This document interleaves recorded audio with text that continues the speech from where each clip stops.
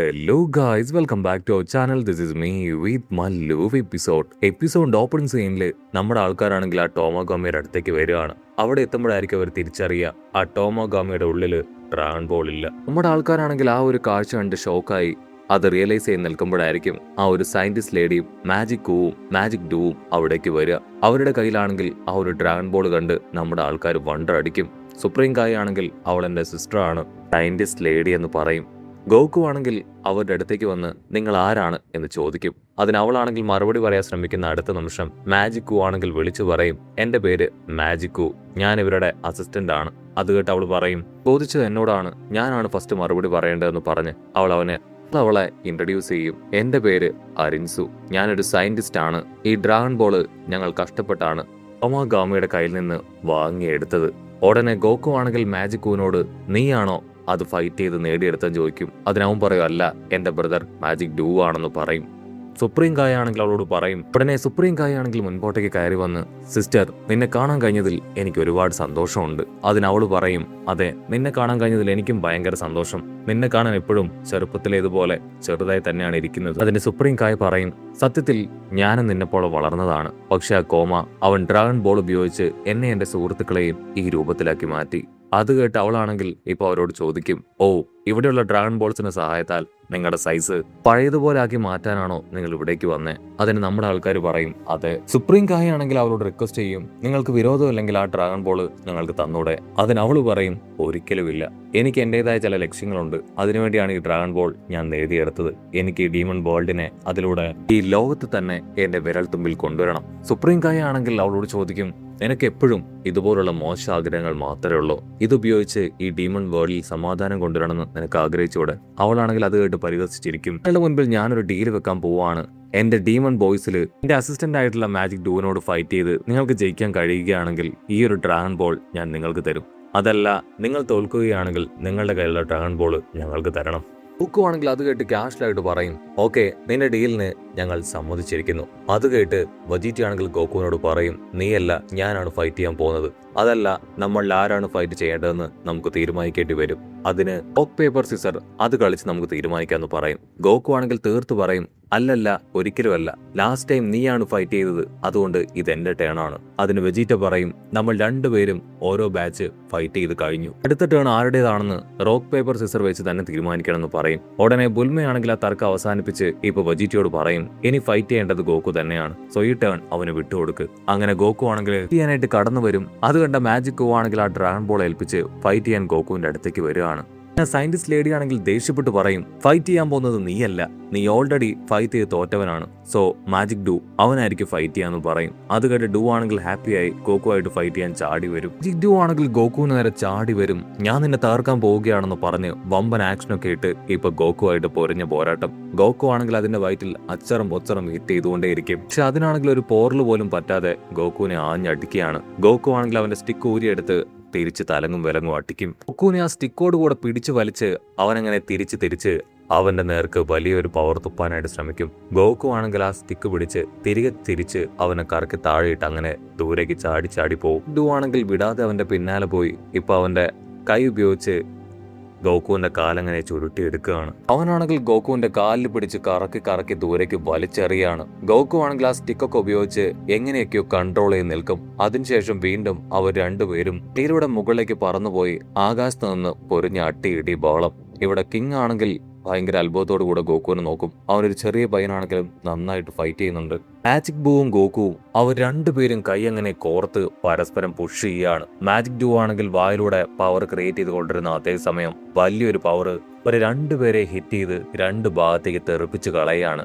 അവരാണെങ്കിൽ ഷോക്കായി ആ പവർ വന്ന ഭാഗത്തേക്ക് നോക്കും. മറ്റാരുമല്ല, ആ കോമൺ. അവനാണെങ്കിൽ അവിടേക്ക് ചാടി വന്ന് ഹായ് ആയിട്ട് നിൽക്കും. ഐ എം സോറി നിങ്ങളുടെ ഈ ഫൈറ്റിൽ ഇന്ററപ്റ്റ് ചെയ്തതിന്. ഇവിടെ പ്രിൻസസിന്റെ പപ്പയാണെങ്കിൽ തിരിച്ചറിയും അത് മറ്റാരുമല്ല, സാക്ഷാൽ കോമയാണ്. അത് കേട്ട് എല്ലാവരും ഞെട്ടുകയാണ്. ഇവിടെ സയന്റിസ്റ്റ് ലേഡിക്കാണെങ്കിൽ വിശ്വസിക്കാനായിട്ട് കഴിയില്ല. ഇല്ല, അത് കോമയാവാൻ യാതൊരു ചാൻസും ഇല്ല. അടുത്ത നിമിഷം ഗോമെ അവന്റെ കൈകൾ അത് രണ്ട് ഭാഗത്തേക്കും അങ്ങനെ മാറ്റി ഇപ്പൊ ആ ഈവിളായി കാണിച്ചു കൊടുത്ത് സ്റ്റൈലായിട്ട് നിൽക്കുകയാണ്. സയന്റിസ്റ്റ് ലേഡിയാണെങ്കിൽ ഷോക്കാവും. ആ ഈവിളായി അതെങ്ങനെ അവൻ ലഭിച്ചു, അതിലൂടെയാണ് അവൻ ഇത്രയും പവർ കിട്ടിയത്. നമ്മുടെ ആൾക്കാരാണെങ്കിൽ കൺഫ്യൂസ്ഡ് ആയി പരസ്പരം നോക്കുമ്പോ ആ ഒരു എൽഡർ നമുക്കിയനാണെങ്കിൽ എല്ലാവരോടുമായിട്ട് പറയും ആ ഈവിളായി അതവന് കിട്ടി. അത് ആക്ച്വലി ഒരു ലെജൻഡറി കണ്ണാണ്. ആരുപയോഗിക്കുന്നോ അവർക്ക് അൺലിമിറ്റഡ് ആയിട്ടുള്ള പവർ കിട്ടും. ഇപ്പൊ ആ പവറാണ് ഗോമയ്ക്കും കിട്ടിയിരിക്കുന്നത്. സുപ്രീം കായ് ആണെങ്കിൽ ഇപ്പോ ആ എൽഡർ നമുക്കിയനോട് പറയും വർഷങ്ങൾക്ക് മുൻപ് ആംബുരയുടെ കയ്യിലുണ്ടായിരുന്ന കണ്ണാണത്, അതിനുശേഷം അത് നഷ്ടപ്പെട്ടു പോയെന്നാണ് അറിയാൻ കഴിഞ്ഞത്. ഇതെങ്ങനെ അവന്റെ കയ്യിൽ കിട്ടിയത്? അമ്മയാണെങ്കിൽ അത്ഭുതത്തോടു കൂടെ ആ കണ്ണിലേക്ക് നോക്കും. ആക്ച്വലി ഈ കണ്ണ് ഇതിനു മുൻപ് ഞാൻ എവിടെയോ കണ്ടിട്ടുണ്ട്. അസിസ്റ്റന്റ്, നിന്റെ അരയിലുണ്ടായിരുന്ന ആ ബെൽറ്റിൽ ഇതേ കണ്ണായിരുന്നില്ലേ ചോദിച്ച് അവൾ തിരിഞ്ഞു നോക്കും. ആ ബെൽറ്റ് ഇപ്പൊ കാണാനില്ല. നിന്റെ അരയിലുണ്ടായിരുന്ന ആ ബെൽറ്റ് എവിടെ? ഞാനാണെങ്കിൽ ക്യാഷ്വലായിട്ട് പറയും എന്റെ ബെൽറ്റ് എവിടെ പോയാലും നിനക്കെന്താ, എനിക്കത് പറയാൻ മനസ്സില്ല.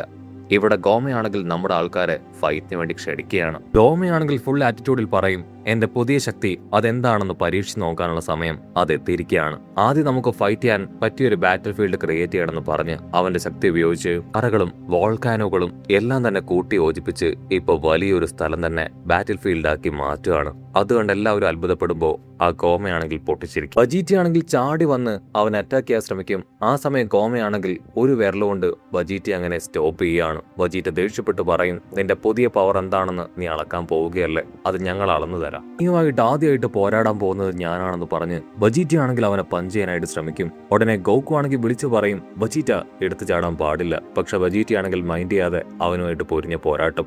ആണെങ്കിൽ ഒറ്റ പഞ്ചിന് ഇപ്പൊ വജീറ്റയെ ആ ഒരു ബാറ്റിൽ ഫീൽഡിന്റെ അറ്റത്തേക്ക് തെറിപ്പിച്ച് കളയും. അതിനുശേഷം ആ ഒരു ബാറ്റിൽ ഫീൽഡിന്റെ അടുത്തേക്ക് വന്ന് വജീറ്റ അറഞ്ചം പുറഞ്ഞ് പഞ്ച് ചെയ്യും. വജീറ്റ ആണെങ്കിൽ സൈഡിൽ ശബ്ദം ഉണ്ടാക്കി അവന്റെ ദിശ തെറ്റിച്ച് മുൻപോട്ടേക്ക് കുതിച്ച് പാഞ്ഞുകൊണ്ടിരിക്കുകയാണ്. അവന്റെ പഞ്ചുകളെല്ലാം മിസ്സായി ഇപ്പൊ ആ ബാറ്റിൽ ഫീൽഡിൽ തന്നെ കൊണ്ട് അതങ്ങനെ തകരാനായിട്ട് തുടങ്ങുകയാണ്. വജീറ്റ വീണ്ടും വീണ്ടും പവറുകൾ അവന്റെ നേർക്കയക്കും. അവൻ ഈസി ആയിട്ട് വജീറ്റയെ ദൂരേക്ക് തട്ടിത്തെറിപ്പിക്കും. കലിയടങ്ങാത്ത വജീറ്റ ആണെങ്കിൽ സൂപ്പർ സയൻ മോഡിലേക്ക് മാറി അവനെ അറഞ്ചം പുറഞ്ഞും പഞ്ച് ചെയ്യും. പക്ഷെ ഗോമയ്ക്കാണെങ്കിൽ ഒരു പോറൽ പോലും ഏൽക്കില്ല.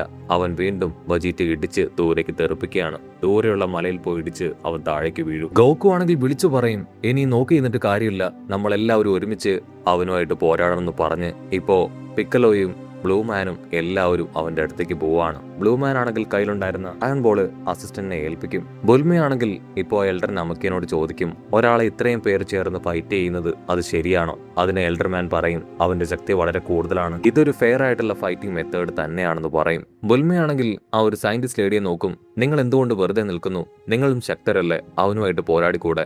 അത് കേട്ട് സയന്റിസ്റ്റ് ലേഡി ആണെങ്കിൽ രണ്ട് ബൂസിനോടും നമ്മുടെ ആൾക്കാരെ ഹെൽപ്പ് ചെയ്ത് കോമയായിട്ട് ഫൈറ്റ് ചെയ്യാനായിട്ട് പറയും. അത് കേട്ട് അവരും ഫൈറ്റ് ചെയ്യാനായിട്ട് പോവാണ്. അങ്ങനെ എല്ലാവരും ഗണ്ണും പവറും അവരുടെ വെപ്പൻസും ഒക്കെ ഉപയോഗിച്ച് പൊരിഞ്ഞ് അട്ടിയിട്ടി ബഹളം. നമ്മുടെ ആൾക്കാരെല്ലാവരും ഇപ്പൊ ആ ബാറ്റിൽ ഫീൽഡിലേക്ക് പോവാണ്.